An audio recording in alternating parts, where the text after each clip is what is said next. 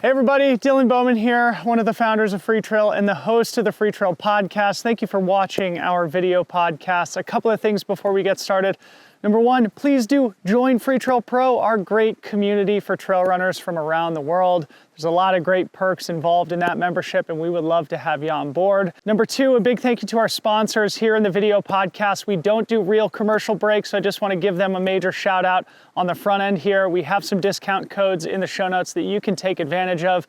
Number one, Speedland, of course, the makers of the GS Tam, the shoe that bears the Freetrail logo on it, and a product that we worked on to bring to market in the spring of 2023. Our other annual partner is Gnarly Nutrition, makers of fantastic training and racing nutritional supplements that will really help you on your trail journey. We always have a third partner on the show that rotates throughout the year. So depending on who it is now, you can find a link and a discount code in the show notes for that partner as well. But a big thank you to the sponsors who do make our podcast possible.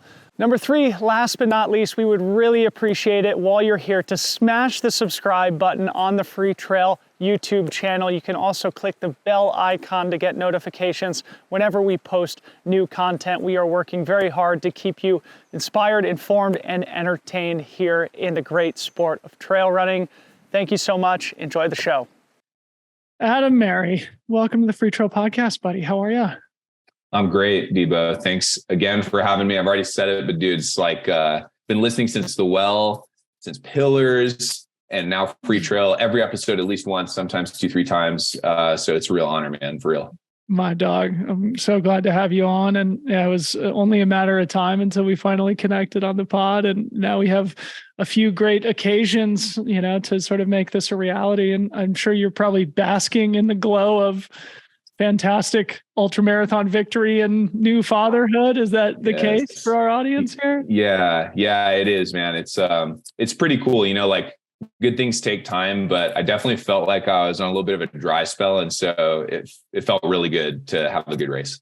Is that right? So go a little deeper on that. Were you sort of like desperate to catch your break more or less? I don't know, man. Like, I don't know if desperation is the right word, but I guess I've been training very diligently and I think making good decisions in my training and putting in the work for a very long time. And just, it's like I'd have a great race result, but it was like not at a big race. And so it's kind of like awesome time, but like no one really cares, Sure. And then I'd be at the big race and it looked like flat performance or like DNF. And it was just kind of like, ugh. So it was really cool that all of that lined up on the right day. Dude, that's really interesting to think about and to talk about, is just sort of like putting it together when it matters most, and how the best athletes are the ones who can actually do that, and how frustrating it is when you put it together, but not in the right place or in the right race. And it's 100%. It's a skill that has to be honed. And I think oftentimes maybe comes down to an unteachable, uncoachable, intangible of just competitiveness and execution when it matters most. But of course, I guess we're talking around it, but you're coming off a great victory at the Chuckanut 50k, which we'll talk about in great detail later in our conversation. But I wanted to start in a fun new place that I'm sort of toying around with, a prompt that was given to me by a good friend and sort of strength coach who I have been connected with since I had a devastating ankle injury back in 2019. And we were on a Zoom call recently, and he encouraged all of us to think about what makes us unique and different as individuals. And the way that he phrased it was, what makes you, you? And since this is your first time on the podcast, Adam, I figured this would be a great way to introduce you to the audience of just what makes you, you, what makes you a unique human being on planet Earth. Oh man, I love that. Well, I think maybe I'll tackle it two facets. So I think what makes me as a runner is probably that I have this like deep meaning to what drives me to train and, strive for the performances that I do. And it's, of course, like everyone loves to have a great day and maybe get a win or run a fast time and compete. But for me, the meaning goes deeper than that. Like, I am a half Black multiracial runner. And so it really is like a wind in my sails and something that I think about pretty regularly to try and represent like, racially diverse runners like on the tops of podiums. And so that is something that is kind of front of mind for me, like day to day, helps me get out the door. And then as a person, I think, just like kind of removed from running, I've always had this thing of like, when I see something that I like desire, or like the way that my life could be in an ideal world, I can kind of like create that vision, or like kind of, I know how to like adjust my life to put myself in the best situation to try to achieve that. So, I think those two things are probably, what make me me. I love it, man. And yeah, you've done such great work in terms of being a vocal proponent of increasing representation in the sport. I recall the podcast you did with the Trail Society team last year, 6 months ago, where you guys went deep on that subject. I'll make sure to link to that in the show notes. And yeah, who knows, maybe we'll come back around to that whole lifestyle manifestation thing later on in the conversation. But sounds good. You clearly have sort of carved a great path for yourself in a sport, and it feels like you're just getting started. I wanted to also hear from you. I can't remember where I saw this. It was probably something you posted about how your exposure to and your success within trail running had inspired your mother. So I'd love for you to talk about that, because hasn't she sort of picked up the sport since you've sort of established yourself in this career path? Oh yeah, man. Love my mom. She's always been like, active, and she actually used to run like track and was a sprinter. And so she was a runner from a young age, but never like ran in college or anything. But yeah, she's more of like a really fast walker. She's so short. She's like, she'll hate me for saying that on the air, but like, she's like 5'2" maybe, but she can walk like, a 14-minute pace, like so fast. And, so trail running is kind of a nice natural extension to that. Like she, did her first trail 25k like a couple of years ago in Fort Ord, California. And so I think that's now what we posted about that I'm to, Yes. Yeah. And so that was really cool, because she on her own, like wanted to, experience what I had been doing, for years. And she really liked it and loved the community. And so they actually recently got a condo out here in Colorado. And so it's my goal to maybe try to get her to do that out here, although it's a little bit harder with the altitude. But yeah, no, she's always been really supportive of me as an athlete. And it's just, I don't know, just the ultimate sign of love to want to dip your toe in it yourself, especially something like trail running where it's challenging. But she's super proud of that 25k finish she had. Like there were tough moments in there on some climbs. It was hot and she got the full experience. Yeah. Was she instrumental in terms of your early path? Because I know you were sort of a team sport, field sport athlete, like Boy was. So I don't know, is there anything else you want to share about your mom and how she supported you or inspired you when you were a kid? Oh yeah. Like both my mom and dad, just like so supportive of all of the sports that I wanted to do, whether they were American traditional team sports or kind of the more like punk rock sports like skateboarding or inline skating back in the day. Always driving me to the skate park or to, soccer practice or baseball or whatever. My dad would coach some of the teams I was on. But yeah, just, I don't know, for me as a kid and now as a, new father, it's something I want to aspire toward, is like really being not only vocally supportive, but showing up like as a parent and maybe a coach or just even someone cutting up orange slices in a Ziploc bag, like being there. Yeah. That was sort of where I was going with the question. And we're sort of making our way to the topic of you being a new father and that being something that you and I share. And it makes me ask, like, do you think more about your own parents now that you're a parent? Because it's something that I've noticed a lot. Yeah, man. It's so crazy. First of all, like, I don't know what your experience was, Debo, but like, as we got closer and closer to giving birth, and then certainly after the birth, it was like, how is everyone so low key about this? Like, this is crazy. It's so like heavy duty, amazing, inspiring, just the birth experience. Amazing what women like go through or pregnant people go through is it's just unbelievable. And yeah, then like the journey of parenting, it's given me a whole new respect and appreciation for everything that like 99% of parents do, like just helping a child survive is like a full-time job, It's so full on and never Yes.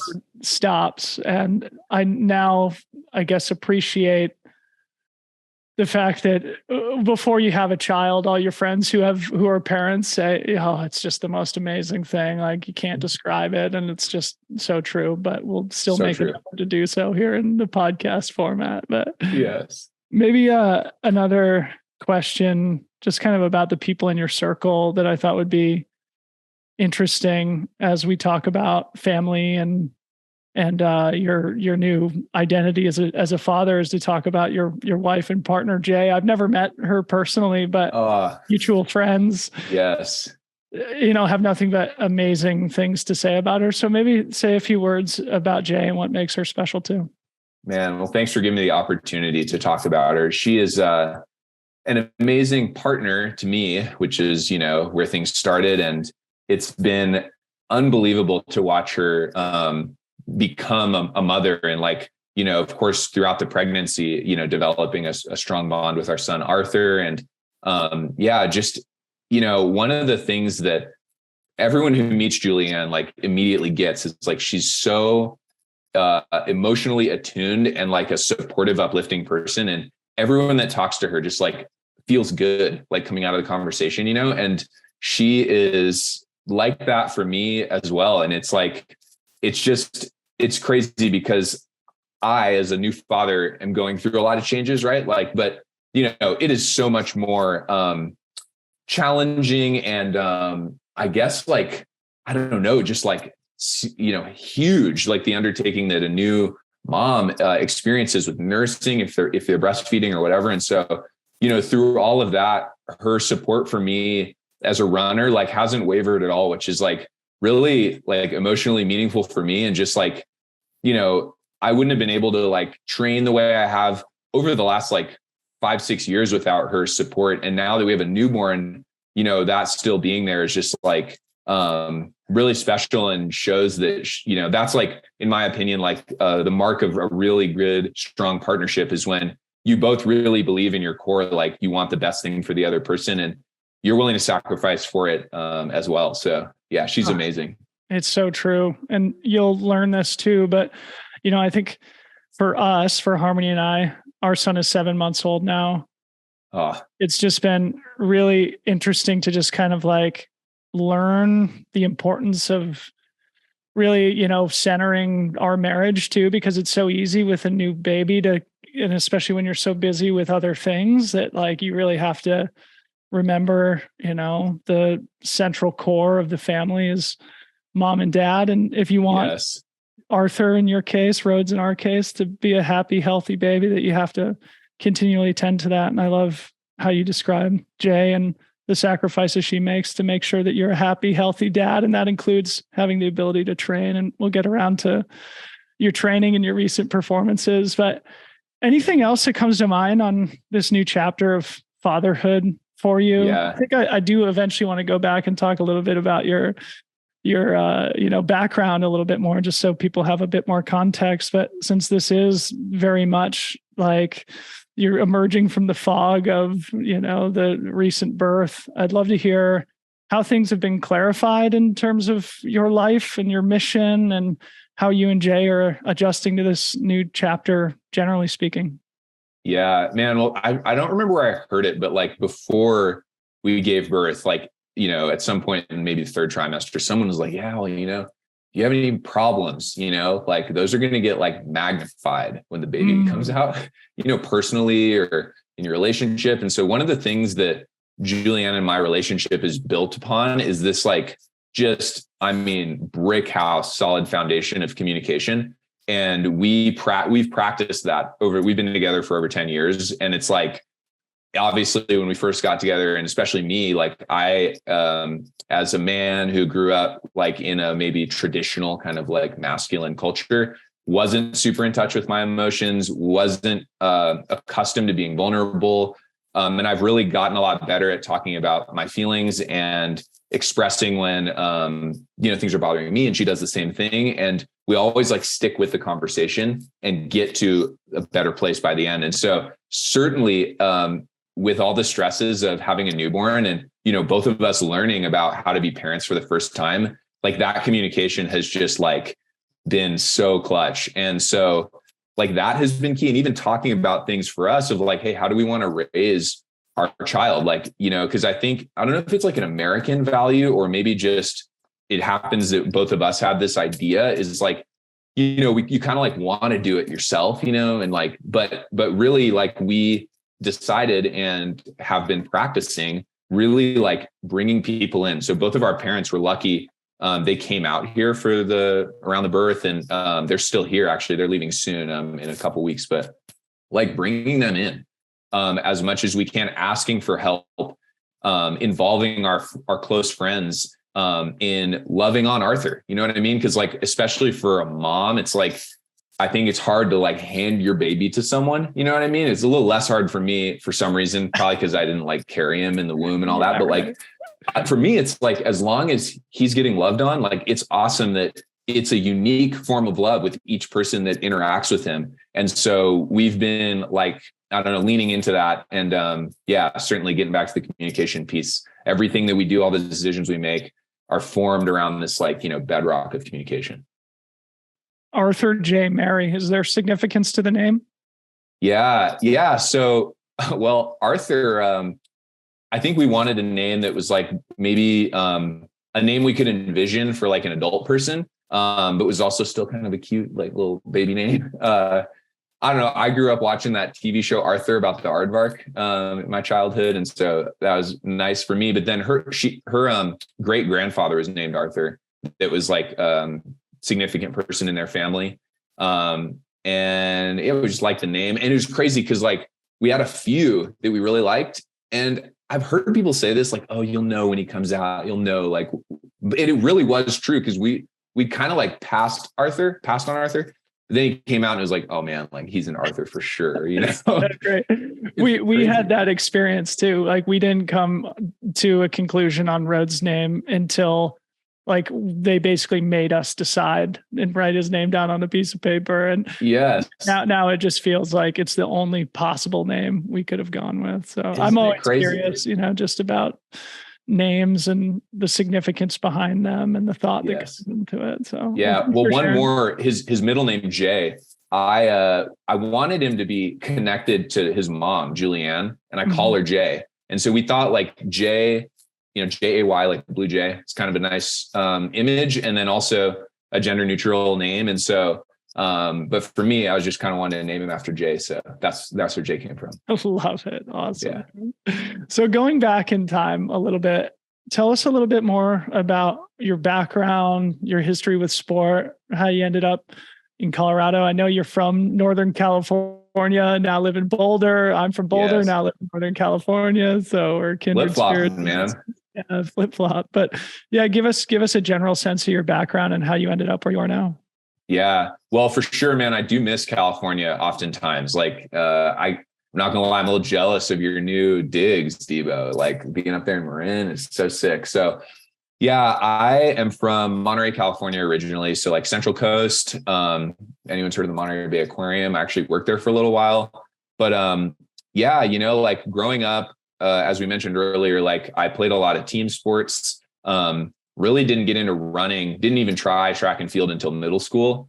And we didn't have a team at my school. So it was like this competitive track team. And it was just so insane. Like one of the coaches was an Olympian, and it was like, hard, like running. And so I did that for like one season, and then was like, I don't like that. I don't want to do that anymore. And like mostly just stuck to the traditional kind of like baseball, football, which was what I played in high school, and then went to college and played football there, D3 at Claremont McKenna, down in LA.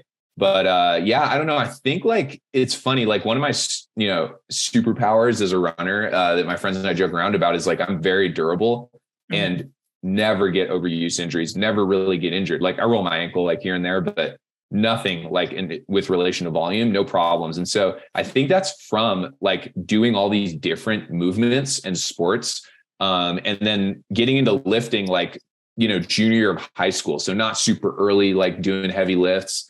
And my body was able to just develop. And I, am a maybe stronger, like slightly more muscular person. And so I feel like that served me well as a runner. As I've gotten into distance running and ultra running post collegiately. So I didn't even like run a half marathon until I was maybe 22 or 3. And so, yeah, it's been that kind of natural traditional progression of like getting hooked by a friend to like try a trail run for the first time. And then, like a year later, he was like, dude, I think you could do a 50K. And so I just like signed up and was like, oh, I've run like 13 miles. Like how much harder could it be? It's only like twice as far and an extra 5 miles. So it turns out it's a lot harder, but it's that, like everybody says, like the community was so amazing. The experience of running through the woods like that for, I think it was probably 5 hours was my first 50K, which just like hooked me. And then ever since then I've been incrementally increasing the distance. And then I am a naturally competitive person, like with others as a competitor, but mostly with myself. And so I've really enjoyed the process of trying to improve as a runner, like understand training theory, understand better running form, like different little optimizations I can make to become a better runner. And so that's also part of what's kept me so hooked and engaged.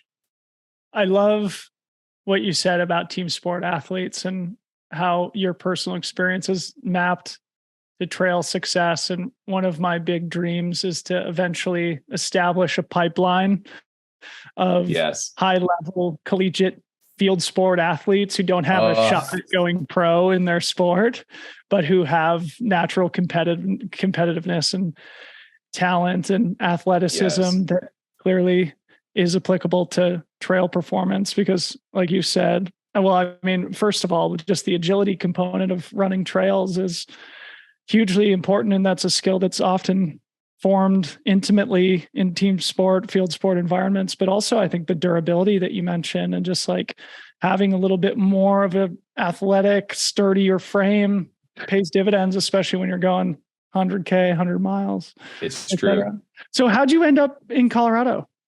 Oh yeah. So Colorado, basically like I came out here after I had done like 1 or 2 50Ks, classic me fashion. I signed up for the Never Summer 100K thinking, dude, like the picture looks sweet, like running in the real mountains, like, Central Coast. It's like, there's little bumps, like Big Sur's got some hills, but they aren't anything like 14ers. Yeah. And I was like, man, that'd be like real Colorado experience. That'll be so cool. I'd never run at altitude before, but it was like, I don't know, like it'll be okay. I'll just slow down a little bit. And came out and it was like this year at Never Summer where it was like full value, like rain, hail, lightning when you're going over passes, like pinned us down. Like it was just like, it's up in the Never Summer Mountains, like up in State Forest State Park, like kind of this part of Colorado where like there's not a lot of people. Yep. And, you're on these ridge lines and it's just like these beautiful views. And so that like planted this seed in me of like, oh man, like imagine living here and being able to like access this kind of terrain regularly. And then as I got more into like competitive running and racing in California and started to have some success there, it was like, I didn't really have training partners anymore as much. And it was like, man, like I know like Boulder is like the spot, and I don't know, we kind of dragged our heels for a couple of years. And then finally my awesome wife, Julianne, was like, hey, like, are you going to be okay with like having not lived in Colorado when we're like 80? And I was like, no, I definitely want to live there. And she was like, let's just move because it's not going to get easier. Like we don't have kids. Let's just do it. And so literally probably 2 weeks later, I like told my boss we were going to move. And luckily it was around that COVID time. And so he was like, we figured out that I could work remotely, which made it feel possible. And moved out to Golden, Colorado, lived there for 2 years. And then just this past year, moved up here to Boulder and rest is history. So the natural next question, as you mentioned, training partners, is about the crew that you guys have established there in Boulder. Oh, yeah. It feels like there's something really special happening and that each of you guys is sort of at a similar point in life or about the same age or almost at a similar point in your careers. So maybe describe the group, identify the people I'm talking about and what benefit it's brought into your career? Yeah, well, it's super cool. So like, initially it was kind of like myself, Matt Daniels, Drew Holman, and Seth Ruling. We've had some newcomers to the group. Hayden Hawks just moved to town. And yeah, like, really it was kind of built on this foundation of friendship, and it's like a side benefit that we are all similar kind of fitness, similar racing goals and aspirations. But, for me personally, I'll speak for myself. Like I really value running regularly with people that I enjoy on a personal level, and one of the first runs that Drew and I went on, for example, where it was that kind of like, oh, we don't know each other, but like, let's go for a run. We did the High Lonesome Loop here up by Netherland. And we talked for literally like an hour and a half straight, didn't talk about running one time. We're just talking about life and parallel experiences we've had. And at midway through the run, he just remarked like, man, like it is so refreshing to just be talking, and you're not just talking about your training or like spraying about your races coming up. And like, I think in Boulder, like there's a lot of singularly focused, like triathletes, like people just kind of like, that's all they live and breathe. And don't get me wrong, like, so do I, but there's a lot more to life than just talking about training, just talking about racing. And that's one thing I really value about that training group is we get together and we work out, we do long runs, we do easy runs, but we're talking about life, like most of that time. And, there's some hot takes about the trail scene and whatnot, but it's mostly about life. And those guys are some of my best friends. And so it's pretty special to have friends that can also like match you and really push you as an athlete. So good. And I got to join you guys for a little training run. It's probably 6 months ago or something. You guys dragged the old guy around that. Oh, get out of here. You were working me on those hill strides, dude. One thing I thought would be interesting to do here, and just to go one level deeper on your guys' training group, again, Drew Holman, Seth Ruling, Matt Daniels, yourself. If you could identify like one thing that makes the other three guys interesting, or one thing you've learned from each of the other three that they've brought into your training, is there anything that you would identify? Oh, wow. Like for Drew, for example, is there something that you point to Drew that you think makes him a good athlete that's rubbed off on you? Yeah, man. I love this question. So for Drew, he's easy. So he is like so talented as a runner, and puts in the work, works hard, but he is really good about balancing and kind of compartmentalizing his running and does other things in his life. Like he is a high performer at his job. He has an awesome relationship with his partner, Sasha. They travel. And so what I've learned from him is like, you don't have to be quote unquote all in on running to like have amazing performance results. And so sometimes like creating a little bit of space or being a little bit more relaxed is actually beneficial. And I've actually done some of that in my own running, and I've seen the benefit. For Matt, like it's kind of the opposite, right? Like he is like all in. This is something he's wanted to do since he was 11 years old. He's like a 13-time NCAA All-American. Like he is like all the way in, so talented, and not afraid to like really put the work in. And so like I've learned that from him, like just not being afraid to embrace being that way as an athlete. And then Seth, like he's cool. He was a triathlete before and has also run for a very long time.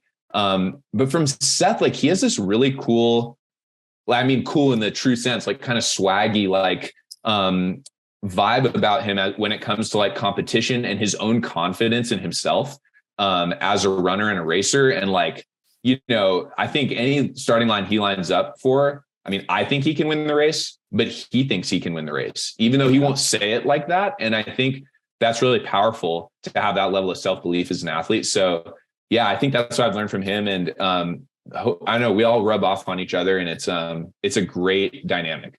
Yeah, it's awesome. Well, thanks for sharing all that. And Seth definitely does have the swag, and big swag. I don't know him super well personally, but yeah, sky's the limit for him. And obviously, yeah, Matt and Drew, absolute savages also. And look forward to having Matt at Gorge Waterfalls next week. Yeah. Anyway, I think it's really cool what you guys have going on. And, more generally, just like, again, you guys compete against each other. We'll get around to you and Seth competing against each other at Chuckanut last weekend, but those friendships are so important to maintain. Yep.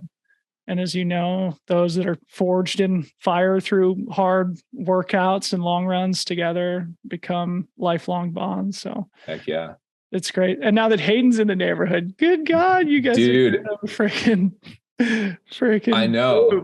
I know he's a great addition, and it just really is cool. Cause like we all like aren't afraid to push each other when it's explicit. And we're going to do that. But like we don't have that competitive dynamic when it's supposed to be an easy run. It's something I think we really value. And yeah, I don't know, like there's so many great people here in Boulder, and it's part of the draw is like, you can find your people that you vibe with on a personal level, and then also are like at your level athletically. So it's a good one. Awesome, man.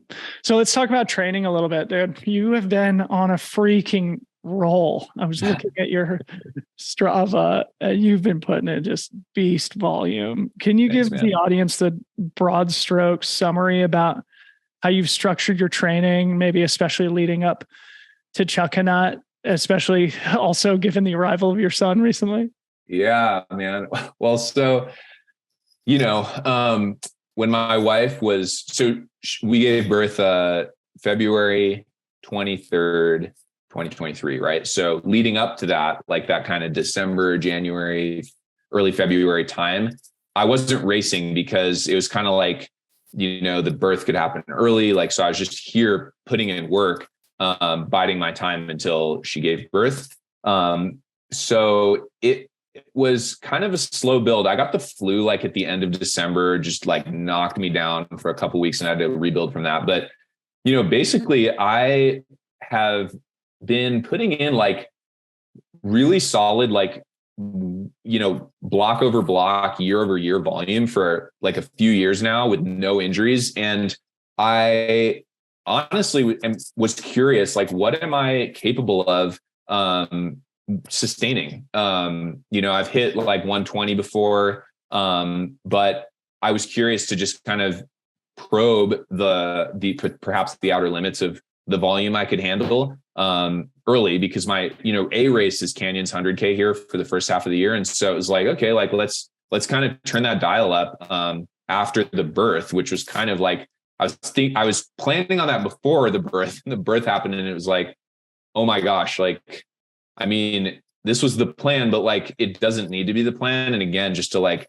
huge kudos to my wife, like, and my family here that's been helping. None of this would have happened without all of their involvement. Like, I was able to get out and put in like an 18-hour training week the week after we gave birth, because my parents would be here helping take care of Arthur. Julianne's parents were here. Jay was really stepping up, and he was able to do that. And so, basically it was in like a base phase up until after we gave birth, and then started doing some more high-end speed work because Chuckanut is a pretty, you got to have like speed for the first and last part of that race. And I was able to peak out at about 145 miles in a week.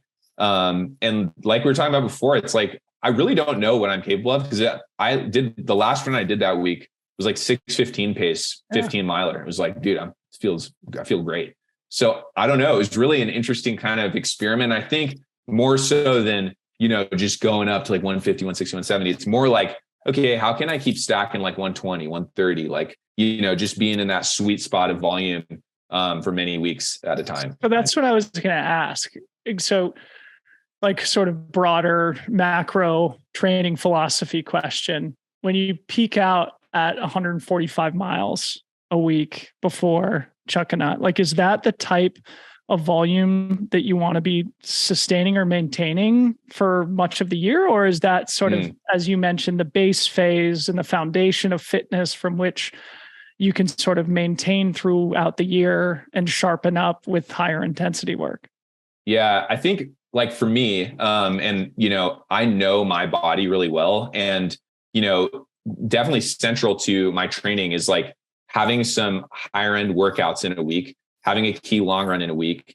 And I split up a lot of that mileage via doubles. And so mostly it's like doing that kind of volume, there's a huge aerobic benefit. But then laced in there are these like pretty serious workouts or long runs with intensity. And so the idea is in that peak week to kind of like have that big stimulus aerobically, but then have a key sessions where you can super compensate. And then as you're dialing down, you're still keeping it really sharp and doing high-end workouts, but the volume's decreasing. But the crazy thing is, Debo, like, you know, for me, like the week before Chuckanut, I did like 106 miles and it felt like a cutback. Like I felt like a taper week.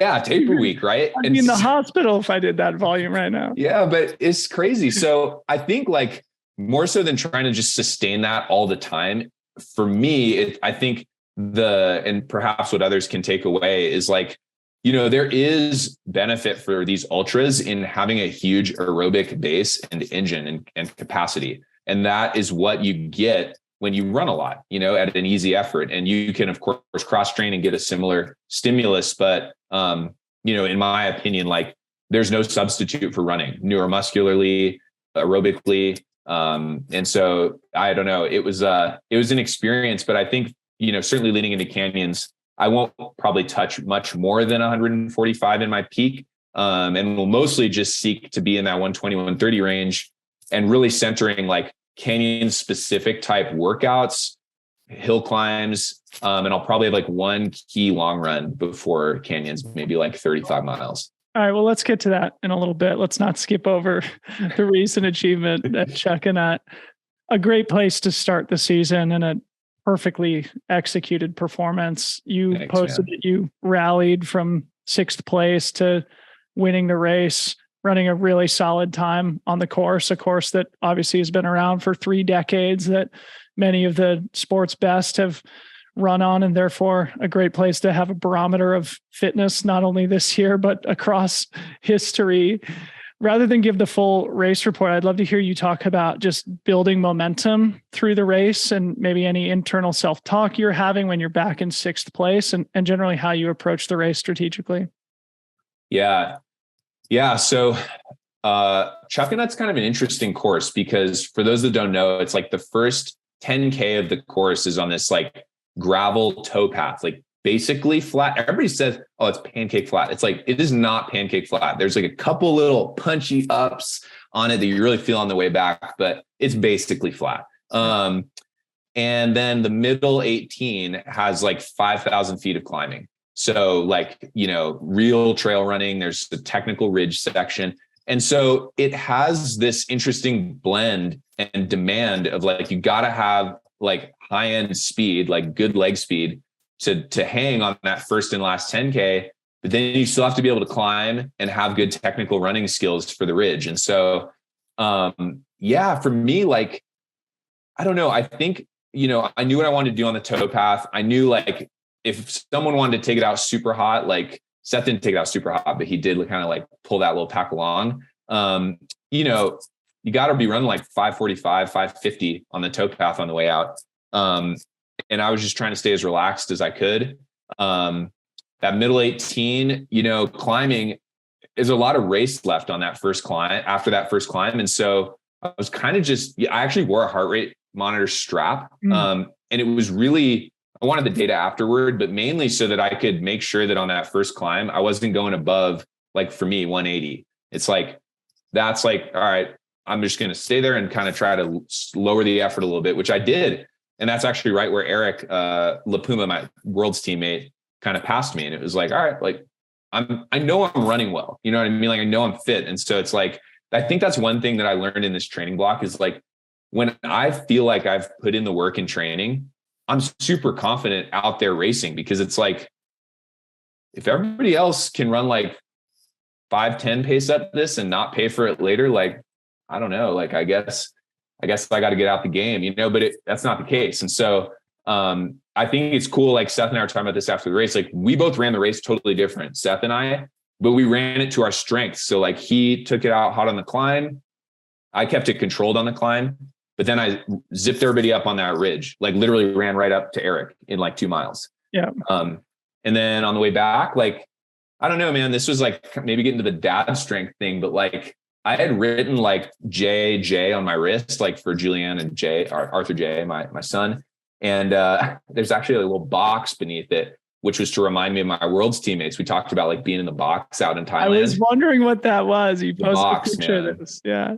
And I looked at that. Like I literally physically looked down at it like 3-4 times during the race. When it was getting harder, I was like lagging a little bit and would just dig back in. And so in the box, I love it. In the box, man. And yeah, you know, hitting that towpath on the way back, like I honestly did not expect to be close enough to Seth to close that gap, but I heard he was like 40 seconds up and I could like kind of see him.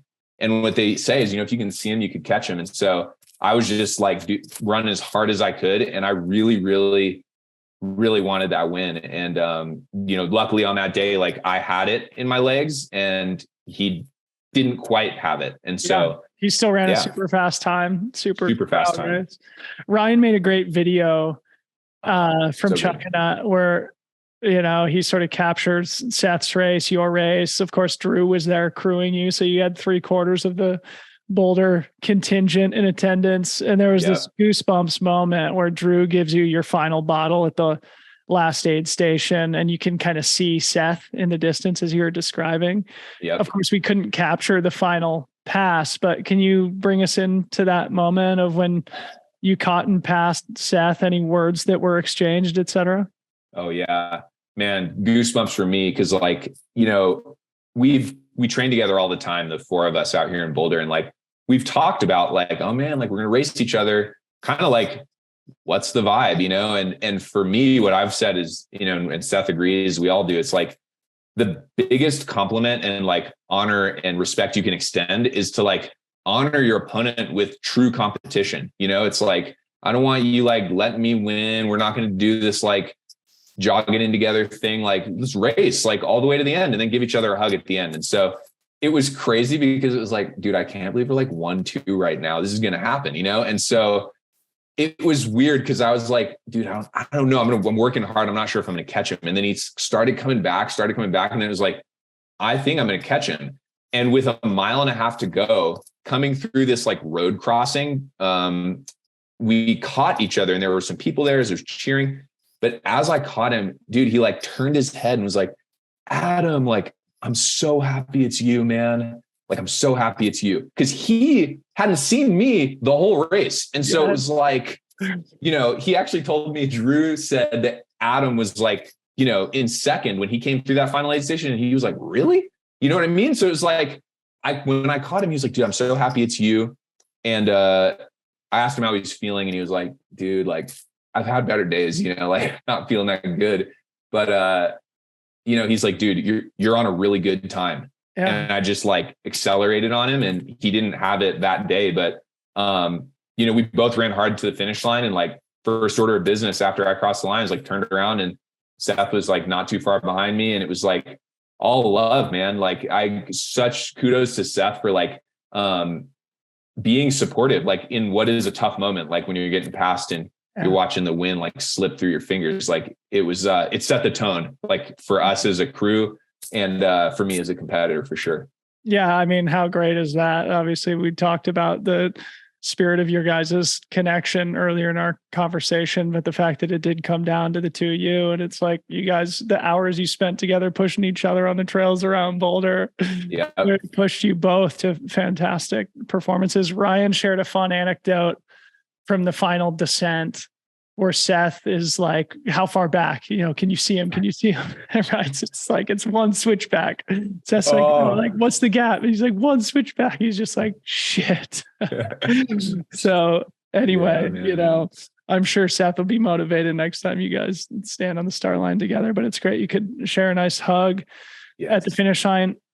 I think I'd make the argument that this is the best result of your career, going back to what we talked about earlier. Is there anything in particular that you would credit this breakthrough to? Yeah. I mean, I think the training maybe had a small impact. Like I think I had a really good training block and the, you know, taper, as we were saying, that low cutback worked well for me.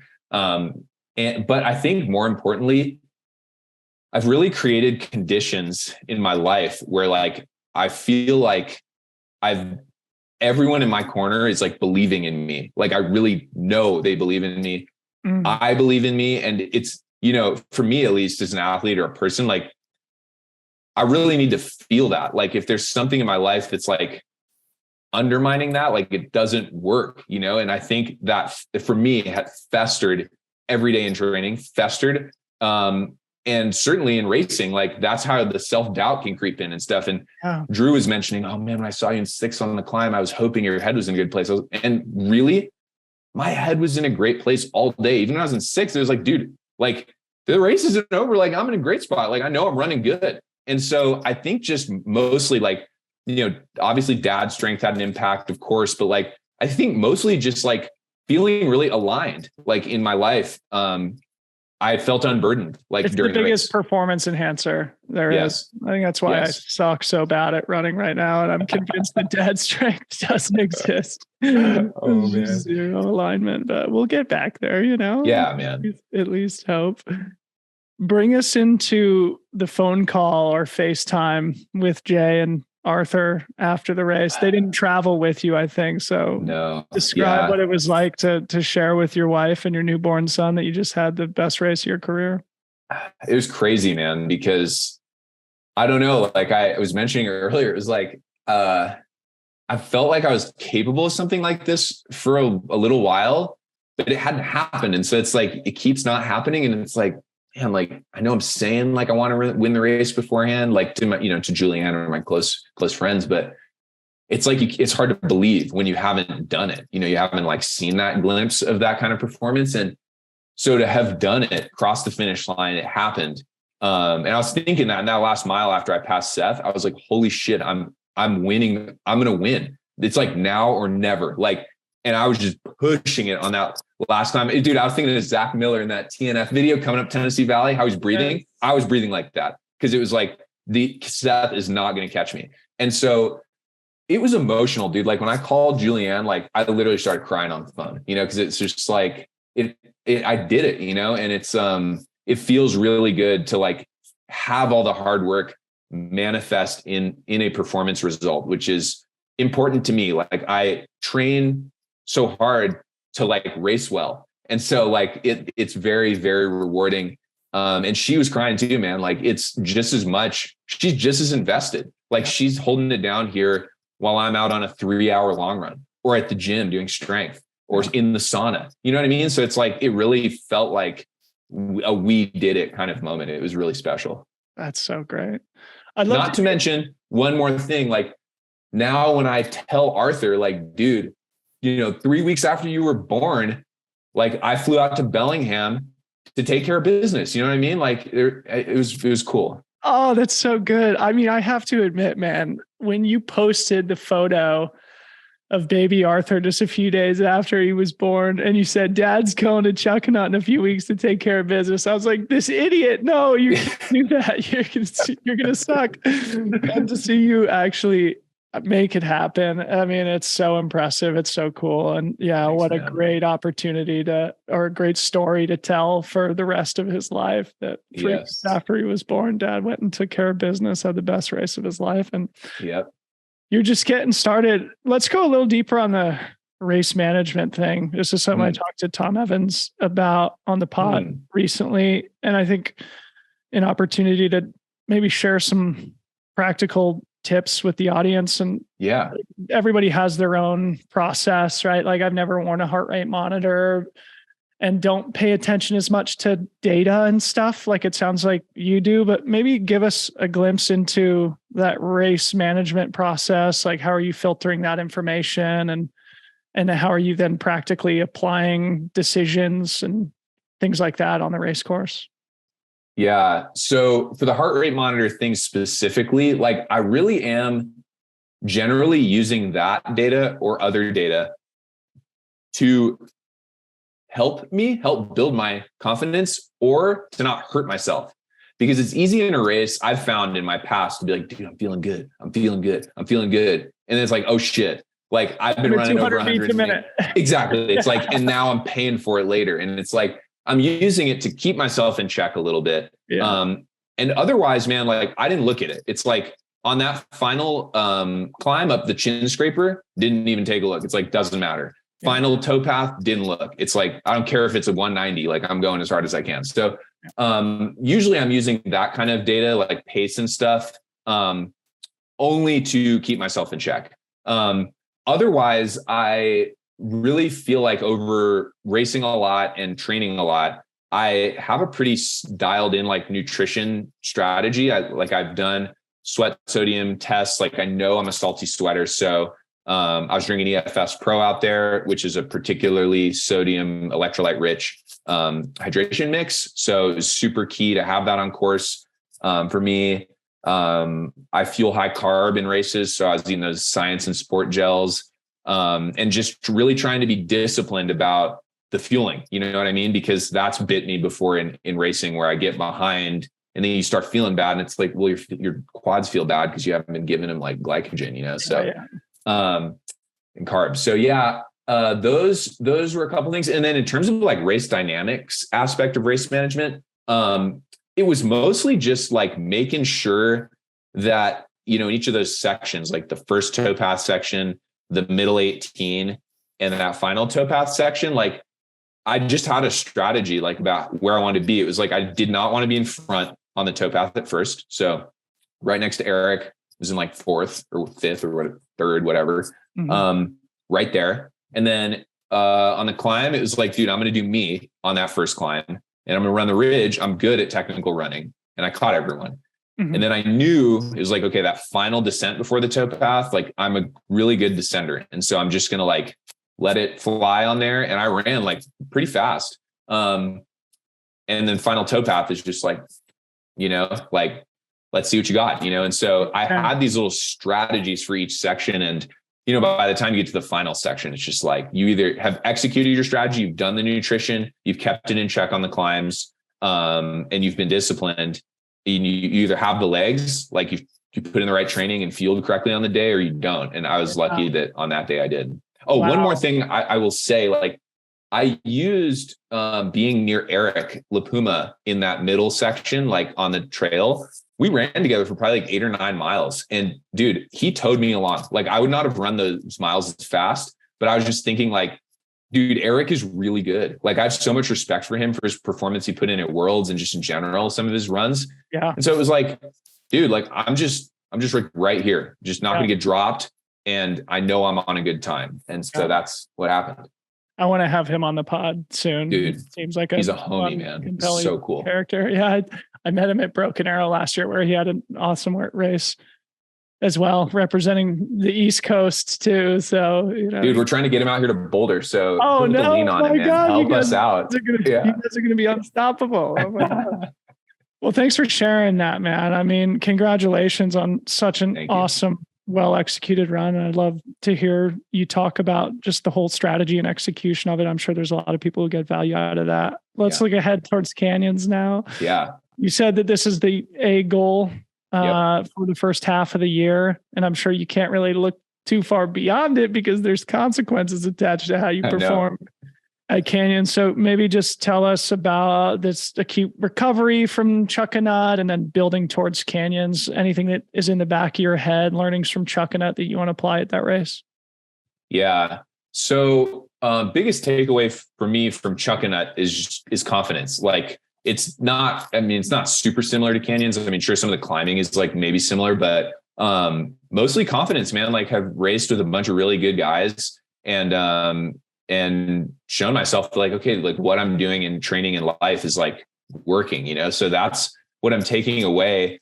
And in terms of, like this week is just easy miles, like kind of listening to my body, not caring about volume. And then next week we'll be getting back to like full volume and workouts.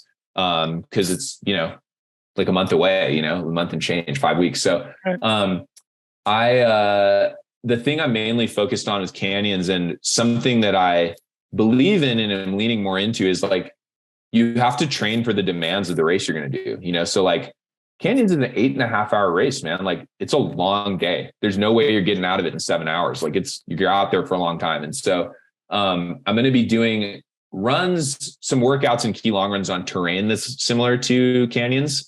But more importantly, I want to make sure that I'm accumulating the volume so that for me, thinking about like an 8-hour run is like, dude, no big deal. Like, yeah, I can do that. Like I've done a 5-hour run. Like, it's a natural extension. And it's something that I've been very inspired by athletes like Courtney. It's like she doesn't enter like 30Ks expecting to win. Like she trains for hundreds, 100Ks and crushes because she's doing big training, So for me, that's something I'm going to continue to center because I think it's working for me. Like, it's like that superpower, right? Like I'm very durable, but it only helps me if I do enough volume to take advantage of that. Otherwise it's just like, well, yeah, I'm durable, but I'm not doing what I'm capable of. And so, in canyons, it'll just be, or in the lead up to canyons, mostly just not changing too much, but just trying to continue to accumulate. And then I am working with strength coach, Kinesis Integrated, Chris Lee here in Boulder.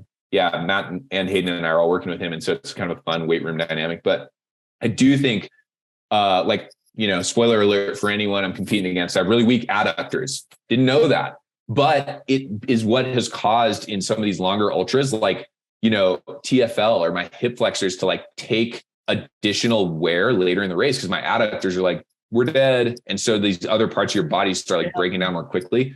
And so, I'm working on those weaknesses in strength training as well. And so hopefully I'm going to show up like not only like aerobically fit and haven't done the right workouts, but like strong from the weight training.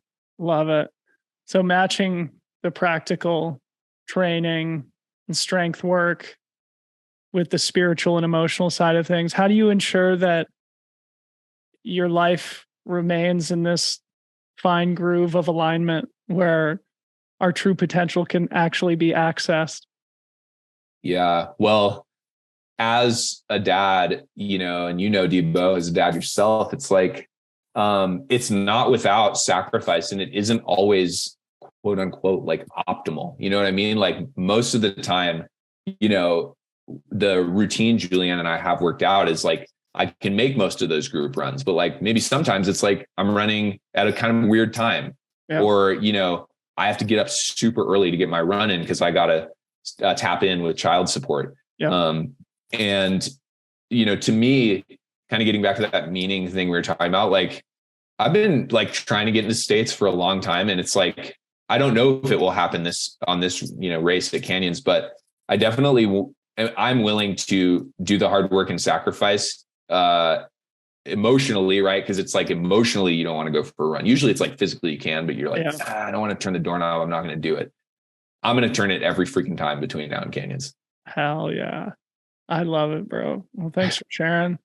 Yeah. Anything else that we didn't touch on about things from Chuckanut, dad life in general before we start winding down with our closing philosophical questions?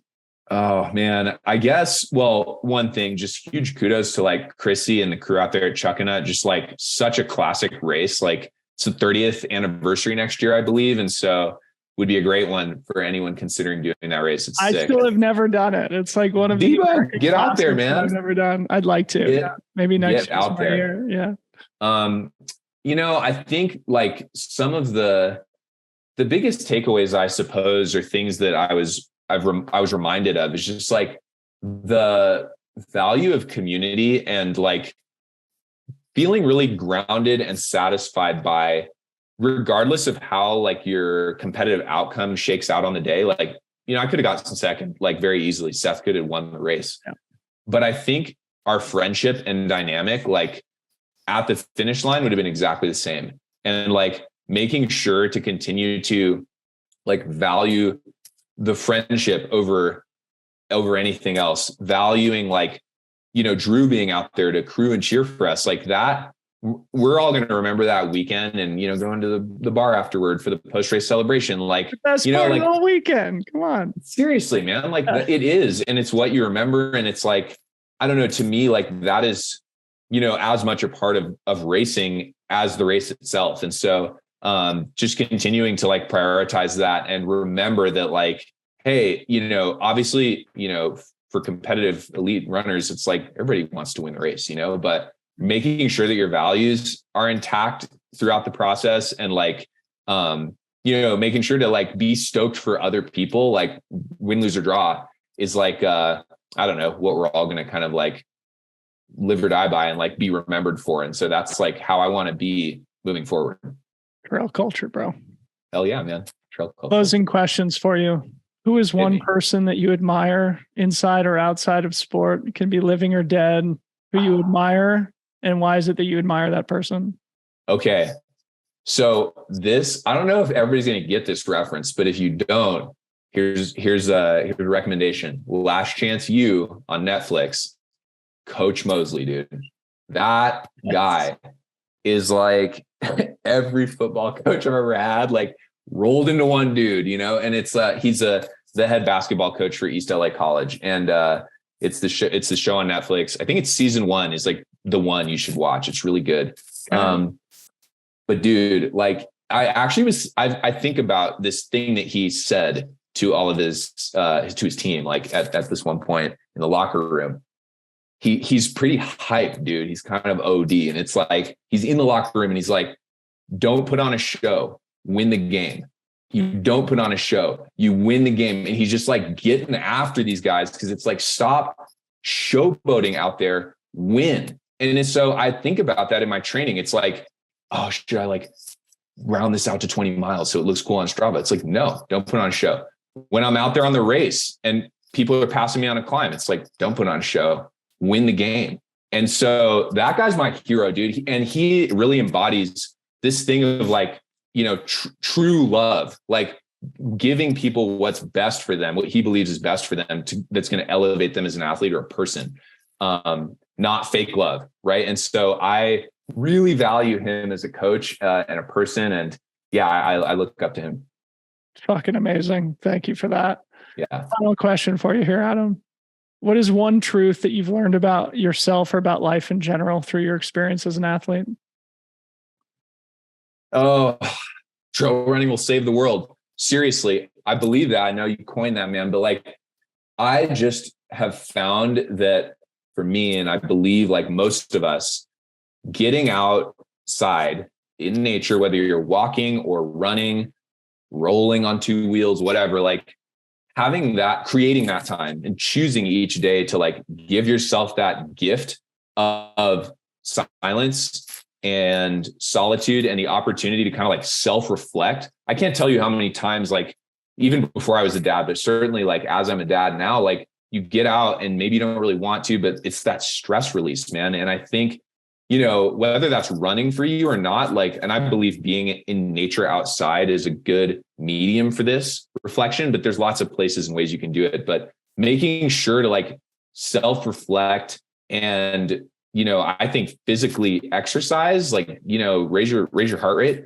is just like a recipe and foundational for like, a lifelong happiness and being able to show up in other aspects of your life as a good person. And so, for me, like the discipline and the routine of trail running itself, I think makes me a better person. Everyone around me that I interact with makes them a better person. And so I choose to do it. And I would encourage anyone listening to get out the door. Hopefully they're out there right now, What a perfect plug too, because we literally are opening our e-commerce store today where we have new shirts that say trail running will save the world. Oh, I'm going to go cop one, man. That's great. Yeah. And we got stickers too. So we can spread that message far and wide. Heck Adam, yeah. Mary, thanks so much for coming on the podcast, man. It's been a joy to chat with you. Congratulations on both fatherhood and Chuckanut, and I'll see you at Canyons. My honor, Debo. Thanks again, man.